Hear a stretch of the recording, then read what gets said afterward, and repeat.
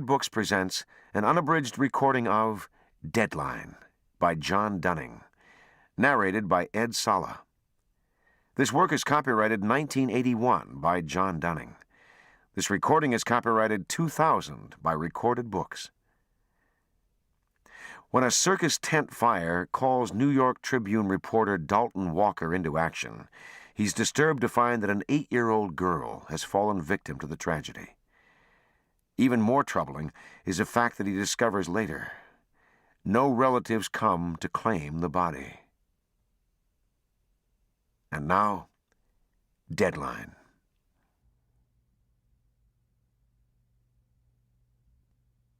Chapter 1. Walker thought of himself as a hardened man. He had seen enough death in his time. Riots, executions, and later Vietnam. But now coming suddenly upon death on a busy New Jersey street, he was shocked. On a dirt lot behind a shopping center, a circus tent was on fire. There wasn't anything to be done. If there were still people inside, they were goners, plain and simple. Still, he pulled the car to the curb and wrenched open the door, taking himself with long strides toward the burning canvas. The first of the fire trucks had arrived, but the tent already had crumbled in around its two main poles.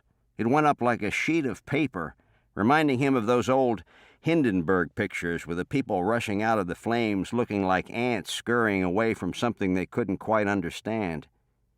Rescue units came past. Another large pumper came by in a shockwave of sirens. So much death, so much pain, and all in the few moments it took him to stop and cross the street. It drew him until he could feel the heat on his face and arms. He was a kid again, covering his first fire, with a young man's fascination for the wailing siren. He'd been around the world 10 times over, had won a Pulitzer Prize and a National Book Award, and still he was drawn by sirens and smoke. The tent belonged to one of those tiny traveling circuses, the kind his dad had known when the world was younger, the kind of circus kids used to run away to join. They didn't have many like that these days. The big tent had held 3,000 people, no more, and now many of them lay moaning and writhing on the brown grass at the fringe of the parking lot. 2 firemen brushed past, and one of them thrust the head of a stretcher at Walker. "Here, buddy, take this." Walker gripped the poles and looked at the man on the other end, a sad face by nature, infinitely sadder now over the tiny burden he carried. Walker looked down and saw a small body covered by a sheet. A kid, 5, maybe 6 years old. Some poor little kid here with his dad to see the circus. Walker wasn't a crying man, but he wanted to cry for that kid. He looked up as the sad fireman, with a nod of his head, directed him out of the lot to a small circle of rescue vehicles. They laid the stretcher on the ground, and almost immediately a coroner came and peeled back the sheet and worked over the kid for a few minutes. It was a little girl, Walker now saw. A lovely child with dark hair and pale, almost milky skin.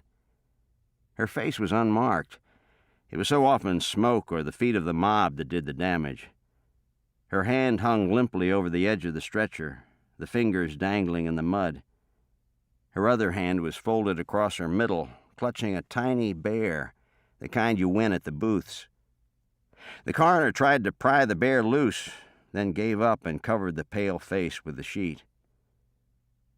Walker picked up the loose hand and folded it across the stretcher.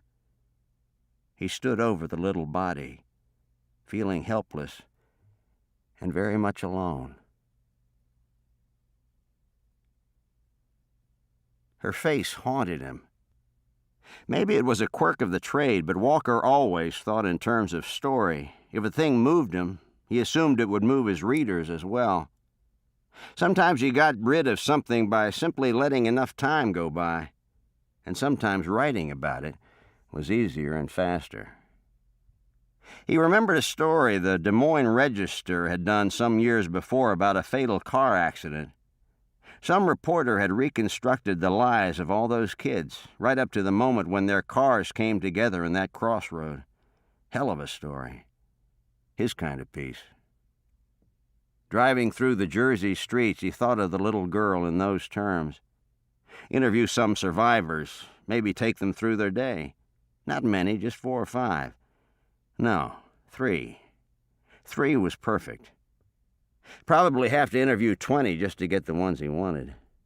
Start tomorrow with the little girl, her father, mother. To keep listening to this audiobook, I've left you a link in the description so you can do it at no cost thanks to Audible's 30-day free trial.